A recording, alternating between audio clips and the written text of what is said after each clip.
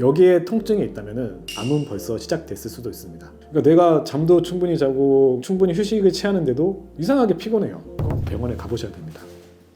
오늘은 암의 전조 증상에 대해서 좀 알아보겠습니다. 이 전조 증상을 아는 건 매우 중요한데요. 왜냐하면 전조 증상을 빨리 캐치하면 암을 조기에 발견할 수 있고 조기에 암을 발견하면 암이 완치될 확률이 매우 높아지기 때문입니다. 그래서 암의 전조 증상은 암의 종류와 발생 부위에 따라 다를 수 있겠지만 많은 암에서 공통적으로 나타나는 경향이 있는 주요 전조 증상들을 소개해드리겠습니다. 첫 번째는 최근 6개월 내에 특별한 이유 없이 체중이 급격하는 경우입니다. 암이 보내는 중요한 경고 신호 중에 하나인데요. 6개월 이내에 10% 이상의 체중 감소는 우리가 좀 우려해야 될 사항이고 꼭 이러한 체중 감소가 있을 때는 병원에 가서 검사를 해봐야 됩니다. 원인은 이제 암세포가 급격히 분열을 하게 되면은 이 신체 에너지를 소비하는 특성이 있어서 이제 먹는 양은 똑같아도 체중은 급격히 감소할 수가 있습니다. 그리고 암 자체가 암이 생기게 되면은 뭐 암종에 따라서 식욕저하를 유발하는 경우가 있어서 식욕저하가 동반되어서 체중 감소가 급격히 저하가 되는 경우도 있기 때문에 체중 감소뿐만 아니라 특별한 이유 없이 식욕저하도 있다면은 암을 한번 의심해보고 꼭 병원에 가서 검사를 해보셔야 됩니다. 대표적으로 이제 식욕저하 관련된 암으로는 이 소화기 계통이랑 관련된 암이 들 수 있는데 췌장암, 위암, 대장암 등이 있고 뭐 폐암이나 식도암 등에서도 흔히 나타난다 볼 수 있습니다. 두 번째 대표적인 전조 증상은 이유를 알 수 없는 피로감입니다.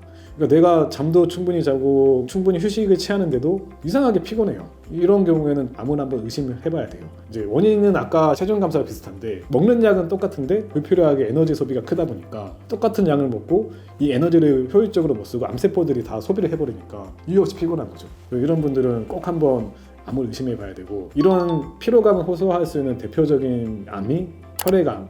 혈액암 같은 경우는 또 빈혈이랑 동반된 경우가 많기 때문에 빈혈이 있으면 또 우리가 피곤하잖아요. 어지럽고. 그래서 혈액암이 대표적이고 대장암이나 위암 그리고 간암, 폐암 등도 이런 피로감이 동반될 수 있습니다. 그리고 이제 또 대표적인 게 통증인데, 이 통증은 조금 암종별로 통증 위치가 다를 수 있는데 그 암이 생긴 부위랑 연관된 경우가 많아요. 대표적으로 뭐 췌장암이면 등 통증, 뭐 식도암이면 식도 부위 통증. 암이 생기게 되면 암 덩어리가 자라나고 이 암 덩어리가 주변 신경을 건드리거든요. 그런 경우는 이제 통증이 나타날 수 있기 때문에 내가 이유도 없이 어디 부딪히거나 무리하지도 않았는데 뭔가 이 생뚱맞은 부위가 아프다. 그러면 그 부위 암을 한번 의심해 봐야 되고, 그런 경우는 이제 빠르게 병원에 가서 검사를 한번 해보는 게 좋아요. 그래서 뭐 예를 들면은 뭐 여러 가지 생각할 수 있겠죠. 아까 얘기했듯이 뼈에 암이 생기면 뼈 부위 통증이 생길 수 있고, 또 뇌 종양이 생기면 두통이나 뭐 경련 이런 것들이 생길 수 있고, 간암이 생기면은 상복부 통증 이런 게 나타날 수 있고, 전립선암이 있으면은 비뇨기계 쪽으로 통증이 생길 수 있고, 그래서 이런 통증이 생기면은 꼭 병원에 가보셔야 됩니다. 그리고 네 번째가 피부 변화인데요. 피부가 갑자기 어두워지거나 노란색으로 변하는 항달, 붉은 반점, 이런 색소 침착 이런 게 이유 없이 생기면은 한번 암을 의심해보고 병원에 꼭 가보셔야 됩니다. 이제 암세포 같은 경우는 멜라닌 생성에 영향을 미치거나 혈액 응고 문제를 일으켜 피부에 이상을 유발할 수가 있는데, 췌장 두부암 같은 경우는 담도를 막아버려서 그런 경우는 항달이 생기고 피부가 노래지거든요. 그래서 이런 피부에 이상, 멍이 잘 든다거나 색깔이 변한다거나 이런 경우는 꼭 한번 암을 의심해보고 병원에 가서 검사를 해봐야 됩니다. 그리고 이제 다섯 번째가 소변이나 대변에서 출혈이 있다거나 분비물의 변화가 있을 때입니다. 예를 들면 이제 우리가 위암이나 뭐 상부 위장관에서 암이 생겨서 출혈이 생기면은 변 색깔이 검해져요. 왜냐면 소화가 되면서 피 색깔이 검해지거든요. 대장 부위나 이런 쪽에 암이 생기면은 바로바로 이제 출혈이 생기면 나오면서 선홍 색깔의 이제 혈변을 볼 수 있겠죠. 또 자궁에 암이 생기면 자궁 출혈이 생길 수 있잖아요. 그래서 이런 이유를 알 수 없는 출혈이 있다. 이러면은 암을 한번 의심해보고 한번 꼭 병원에 가봐야 됩니다. 그리고 또 여섯 번째가, 이것도 당연한 거예요. 이제 암이라는 건 결국 비정상적인 세포 분열로 덩어리가 형성되는 거잖아요. 그래서 몸 특정 부위에 이상하게 뭔가 딱딱하게 만져지는 덩어리가 있다. 뭐 서해부라든지 뭐 유방 부위라든지 목 부위라든지 복부 쪽이라든지, 그러면은 한번 암을 의심해보고 병원에 가서 검사를 해볼 필요가 꼭 있습니다. 그래서 유방암, 림프종, 갑상선암, 뭐 고환암 이런 피부에서 만져질 수 있는 암종 있잖아요. 그런 암들은 덩어리가 만져지면은 이런 암일 수 있기 때문에 빠르게 한번 병원에 가보셔야 됩니다. 앞서 얘기한 게 대표적인 이제 전조 증상인데, 이거 외에도 호흡 곤란이 생기거나 뭐 뭔가 음식을 삼키기 어렵다, 뭐 식도에 뭔가 생긴 거겠죠. 그래서 이런 증상들이 나타날 때도 암을 한번 의심해보고 병원에 가보는 게 좋고, 워낙에 암 발생률이 높기 때문에 저는 한 40대가 넘어가면은 그냥 건강영양증 환자처럼 자주 검사 받는 것도 좋다 생각해요. 저희 병원이 암 환자 진료를 보다 보니까 더 그렇게 느껴질 수 있는데, 생각보다 여러분이 생각하는 것 이상으로 암 환자들이 많습니다. 뭐 통계에 의하면은 평생을 놓고 봤을 때 내 옆에 있는 가족 중에 3분의 1은 암이 걸린다 하잖아요. 그래서 뭔가 평소랑은 다르다. 그러면은 뭔가 그냥 건강영양증 환자처럼 의심해보고 병원 가서 진단해보면 좋아요. 그러니까 뭐 진단해보는 건 손해는 아니잖아요. 정상이면 기분 좋고 비정상이면 빨리 치료했을 때 좋고. 그래서 뭔가 내가 평소랑 다르다면은 가까운 내과나 아니면 뭐 가까운 병원 가서 검사를 꼭 해보시길 추천드립니다. 저희 병원 같은 경우는 이제 크게 암과 자율신경 실조증을 다루고 있는데요. 왜 이 두 영역을 다루게 됐냐면은 이 자율신경 기능 저하가 암 발생과 밀접한 관련이 있고 또 암 환자분들 대부분이 자율신경 기능이 저하가 되어 있습니다.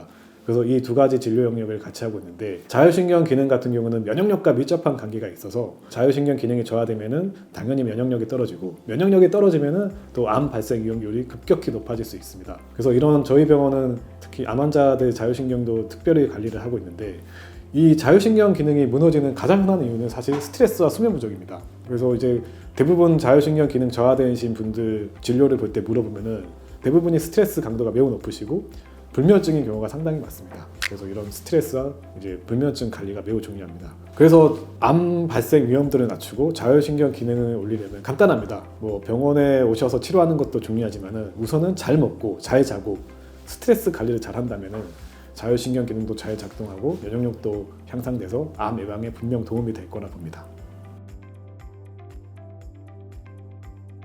그래서 이제 저희 병원 같은 경우는 고주파 온열암 치료를 통해서 암 환자를 효과적으로 관리하고 치료하고 케어하고 있습니다. 고주파 온열 치료 같은 경우는 단독으로도 암세포를 억제하고 암을 치료하는 효과도 있고 표준 치료, 즉 항암 방사선 치료와 병행했을 때도 그 표준 치료의 효과를 극대화시켜 준다는 논문이 여러 편이 있고 실제로 이제 저희 병원에서 치료를 하신 분들 보면은 상당히 좋아하시는 분들 많이 있습니다. 예를 들어서 최근에 췌장암 환자신데 이분이 폴피리녹스라는 항암제에 내성이 생겨서 젬시타빈 아브락산이라는 항암제로 바꾸는 타이밍에 저희 병원에 오셔가지고 고주파 온열 치료를 병행을 하셨어요. 근데 사실 이런 경험적으로 그렇고 논문을 뒤져봐도 이렇게 내성이 생겨서 항암제를 바꿨을 때 치료되는 확률이 극히 낮습니다. 완벽히 없어지는 거는 논문상에서는 한 명도 없었고요. 부분적인 치료 반응률은 한 10%, 15%밖에 되지가 않습니다. 그런데 이분이 이제 저희 병원에서 고주파 온열 치료를 병행하면서 두세 달 만에 암이 거의 없어지셨어요. CT에서도 거의 보이지 않고 혈액학적인 지표, 종양 표지자 이런 것도 정상으로 돌아오셨어요. 그래서 지금도 고주파 온열 치료하면서 항암 치료는 병행을 하고 있는데 지금처럼 계속 치료를 계속하면은 완전 간에 이르지 않을까 기대를 하고 있습니다. 그리고 또 한 분이 계신데 앞선 영상에서도 소개를 드렸지만은 식도암 환자분이신데 이제 이분이 말기암 판정을 받고 더 이상 치료는 불가능한 상태에서 저희 병원에 오셨는데 고주파 치료를 병행하면서 식사를 못 하시던 분이 식사를 가능해졌고 사이즈도 거의 줄어들었어요. 그러니까 7cm가 넘던 이제 종양이 2-3cm 정도로 지금 줄어들었어요. 그리고 지금도 치료를 계속 하고 계신데 3주에 한 번씩 평가를 하고 있는데 3주에 한 번씩 평가할 때마다 사이즈가 계속 줄어들고 있습니다. 이런 고주파 단독 치료만으로도 이렇게 효과 있는 분들이 많이 생기고 있어서 저희 이런 고주파 온열암 치료가 다른 병원과 차별화되는 저희 병원만의 치료 노하우라 볼 수 있겠습니다. 안녕하세요. 엄케어 닥터 이찬용입니다. 지금도 힘들게 암 치료 중인 분들이 많이 계시죠. 입원해서 치료받고 계신 분들도 있지만 집에서 치료하고 계신 분들도 정말 많을 거라 봅니다. 저는 이전부터 암 방문 치료를 꾸준히 하고 있는데 그분들의 집에 방문해 보면 여러 가지 어려움들이 느껴집니다. 그분들이 이제 가장 궁금해하는 것은 선생님 그 암 치료는 어떤 음식을 먹어야 될까요? 바로 이런 질문입니다. 방문 치료뿐만 아니라 외래에 오신 분들도 항상 물어보는 질문이죠. 그래서 오늘은 그거에 대해서 좀 얘기를 드려볼 텐데 암에 좋은 음식은 많죠. 근데 이제 아무리 좋은 음식이라도 환자분이 드시지 않으면 아무 소용이 없잖아요. 그래서 암 환자분들 중 많은 분들이 영양실조에 걸리기도 하고요. 그래서 저는 환자분들한테 좋은 음식보다는 우선은 음식은 환자분들이 좋아하는 걸 좀 드시고 꼭 가능한 이 음식을 피하라고 절대 추천드리지 않는 음식들이 몇 가지 있는데 그거에 대해서 좀 설명을 많이 드리는 편입니다. 오늘은 그것에 대해서 말씀을 드릴 테니 꼭 기억하셔서 식단에서 빼시기를 부탁드립니다. 음식이 암 발생에 얼마나 영향을 미칠까요? 여러분들 보통 암이 생기면 주변에서 어떤 말을 많이 하시나요? 유전 때문에 그렇대 이런 말들을 많이 들어보셨죠? 근데 이게 굉장히 놀라운 사실인데 세계보건기구에서 발표한 자료를 보면은 암의 원인 중에서 유전적인 요인은 고작 5에서 10%밖에 안 됩니다. 그럼 나머지는 뭘까요? 나머지 90에서 95%가 후천적인 원인에 의해서 생기는 거예요. 그리고 그 중에서도 가장 큰 비중을 차지하는 게 바로 먹거리입니다. 전체 암 발생 원인의 30에서 35%를 차지한다고 합니다. 이게 무슨 의미인지 재미있는 실험 하나를 보여드릴 거예요. 아구티쥐라는 특별한 쥐가 있습니다. 이 쥐들은 마치 일란성 쌍둥이처럼 유전자가 100% 일치합니다. 근데 이 쥐들한테 먹이만 다르게 줘봤어요. 근데 어떻게 됐을까요? 한쪽은 노란색 비만 쥐가 되고 다른 쪽은 갈색 정상쥐가 됐어요. 더 놀라운 건 뭐냐면은 이 노란색 비만 쥐가 임신했을 때 좋은 영양분을 충분히 공급해주면 정상적인 새끼를 낳는다는 거예요. 반대로 정상쥐한테 나쁜 먹이를 주면 문제가 있는 새끼가 태어나고요. 이런 현상을 현대의학에서는 후생유전학 또는 후성유전학이라고 부릅니다. 쉽게 말해서 유전자가 똑같아도 어떤 환경에서 살아가느냐, 어떤 걸 먹고 어떤 생활을 하느냐에 따라서 우리 건강이 완전히 달라질 수 있다는 거죠. 그래서 오늘은 제가 암 환자분들이 꼭 피해야 할 음식들에 대해서 하나하나 자세하게 설명드리려고 합니다. 이 내용들은 그냥 제가 생각해서 말씀드리는 게 아니에요. 수많은 연구와 임상 결과를 바탕으로 한 거니까 잘 기억해 두시면 좋겠습니다. 자, 이제 하나씩 천천히 살펴볼까요? 자, 이제 암 환자가 특별히 조심해야 할 동물성 단백질에 대해서 알아보겠습니다. 살코기는 괜찮죠? 닭고기는 먹어도 되나요? 이런 질문을 정말 많이 하시는데 오늘은 확실히 알려드리도록 하겠습니다. 먼저 붉은 고기부터 살펴보겠습니다. 붉은 고기가 뭐냐면 소고기, 돼지고기, 양고기처럼 네 발 달린 동물의 고기를 말합니다. 이 고기들이 왜 붉을까요? 바로 철분 때문입니다. 근데 이 철분이 암 환자한테 문제입니다. 연구 결과를 보면은 붉은 고기의 높은 철분 함량이 암 발병 위험을 높일 수 있다고 합니다. 실제로 붉은 고기를 가다 섭취하면 DNA가 손상되고 사망 위험이 47%나 높아진다는 논문도 있습니다. 그 다음으로는 가공육입니다. 햄, 소세지, 베이컨 이런 것들을 말합니다. 이거는 붉은 고기보다 더 심각한데 세계보건기구에서 이미 1군 발암물질로 지정을 했습니다. 가공육에는 아질산염이라는 게 들어있습니다. 아질산염은 고기를 핑크빛으로 보이게 만들어서 음식물을 먹음직스럽게 보이게 하는 첨가물이에요. 근데 이게 우리 몸에서 니트로소아민이라는 발암물질로 바뀐다는 거죠. 마지막으로 특히 주의해야 할 게 있는데요. 바로 숯불고기입니다. 고기 구울 때 살짝 태워서 드시는 분들 많으시죠? 특히 삼겹살 구울 때 노릇노릇하게 태워 먹으면 맛있잖아요. 근데 이게 굉장히 위험합니다. 고기가 탈 때 벤조피렌이라는 1군 발암물질이 생깁니다. 거기다 헤테로사이클릭 아민이라는 발암물질도 만들어집니다. 그래서 고기는 절대 태워 드시지 마시고 적당히 익혀 드셔야 됩니다. 가능하면은 수육을 해먹는다든지 이렇게 하는 방법도 괜찮겠죠? 그럼 닭고기는요 하실 텐데 닭고기나 오리고기 같은 흰고기는 그나마 낫습니다. 철분 함량이 상대적으로 낮거든요.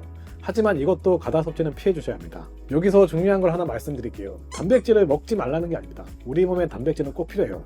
다만 동물성 단백질 대신 식물성 단백질을 섭취하는 겁니다. 고기에만 단백질이 있는 게 아니거든요. 고기는 100g당 단백질이 20g 정도 들어있는데 김 같은 경우에는 40% 가까이나 됩니다. 검은 콩이나 대두 같은 경우도 30%가 넘게 들어있습니다. 이런 걸로도 충분히 단백질을 보충해 주실 수 있습니다.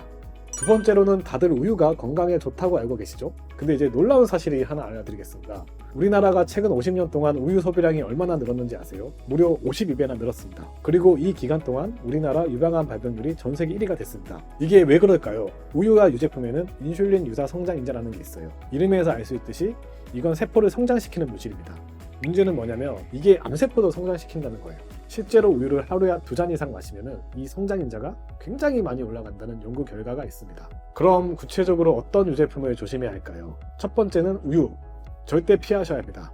두 번째는 치즈, 발효식품이지만 역시 추천드리지 않습니다. 세 번째는 아이스크림, 아이스크림 같은 경우는 단순 당에 유제품까지 더해져 더욱 위험합니다. 마지막으로 요구르트, 발효균 때문에 대장암 환자에게는 괜찮다는 연구가 있지만 두유로 만든 요구르트가 더 좋습니다. 여기서 또 많이 하시는 질문이 있습니다. 그럼 산양유는요? 물어보시는데 산양유는 그나마 우유보다는 성장 호르몬 양이 좀 적습니다.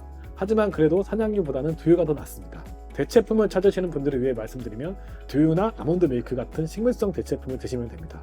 요구르트가 꼭 필요하시다면 콩으로 만든 요구르트를 찾아보시기 바랍니다. 지금까지 가장 중요하게 피해야 할 음식들에 대해서 알아봤는데요. 추가로 암 환자가 조심해야 할 식품들을 좀 더 알아보도록 하겠습니다. 술! 절대 드시면 안 됩니다. 전 국민이 다 들었을 말이긴 하겠지만 에이 뭐 술 얼마나 안 좋겠어 이렇게 체감을 못 하시는 경우가 많을 거예요. 근데 술 정말 조심해야 됩니다. 그리고 마시는 것뿐 아니라 알코올이 포함된 것들도 조심해야 하는데 가글이나 구강 청결제에 보면은 알코올이 13에서 20% 정도 들어있습니다. 사실상 술이나 다름없는데 입안에 좋은 균까지 다 죽여버립니다.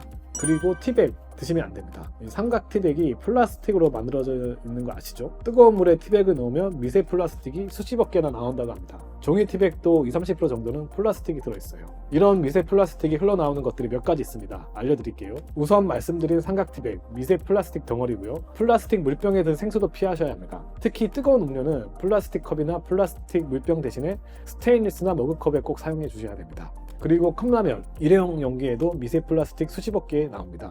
피해 주시는 것이 좋습니다. 튀긴 음식 나쁜 기름도 최대한 멀리 하시는 것이 좋습니다. 튀긴 음식에서 나오는 기름, 옥수수유, 대부분 식용유, 마가린이나 쇼트닝 다 안 좋은 기름입니다. 대신 들기름이나 아마씨유처럼 오메가3가 풍부한 기름을 드세요. 단 반드시 냉압착된 것으로요. 젓갈이나 절인 생선 같은 것들도 조심해야 합니다. 세계보건기구에서 1A 등급 발암물질로 지정했어요. 특히 젓갈류는 방부제로 아지산 나트륨을 넣는 경우가 많아서 더 위험합니다. 편의점 식품이나 즉석식품도 주의하셔야 합니다. 이런 식품들은 맛있게 만들기 위해 각종 첨가물이 들어갑니다. MSG, 향료, 색소는 물론이고 방부제까지요.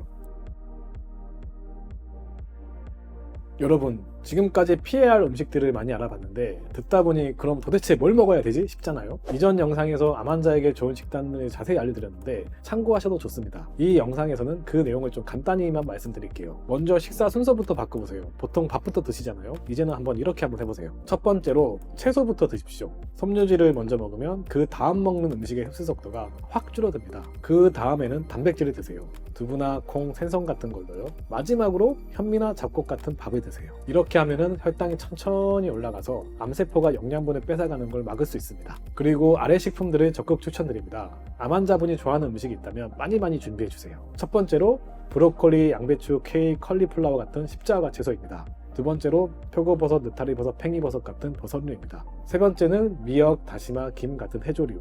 네 번째는 현미, 귀리, 키노아 같은 전곡류입니다. 이걸 하루아침에 다 바꾸려고 하지 않으셔도 됩니다. 제가 드리고 싶은 말은 이게 암과의 싸움은 상당히 긴 시간입니다. 몇 개월에 되는 게 아니라 1년, 2년, 길게는 몇 년을 바라봐야 되는 싸움이기 때문에 천천히 하나씩 바꿔 나가시면 됩니다. 지치지 마시고 천천히 멀리 보시고 식습관부터 조금씩 천천히 바꿔 나가시면 결국 암도 이겨낼 수 있다 봅니다. 그리고 항암 치료 중이신 분들은 좀 더 유연하게 적용하셔도 됩니다. 왜냐하면 항암 치료 중에는 면역력이 떨어지고 체력이 약해지니까 이때는 음식 조절보다는 영양 보충이 더 중요합니다. 많이 행복하게 드시는 것에 집중해 보세요. 마지막으로 한 가지 더 말씀드리면 음식 때문에 스트레스를 받으면 너무 안 좋습니다. 스트레스도 암에 좋지가 않거든요. 할 수 있는 만큼만 천천히 실천해 나가시길 바랍니다.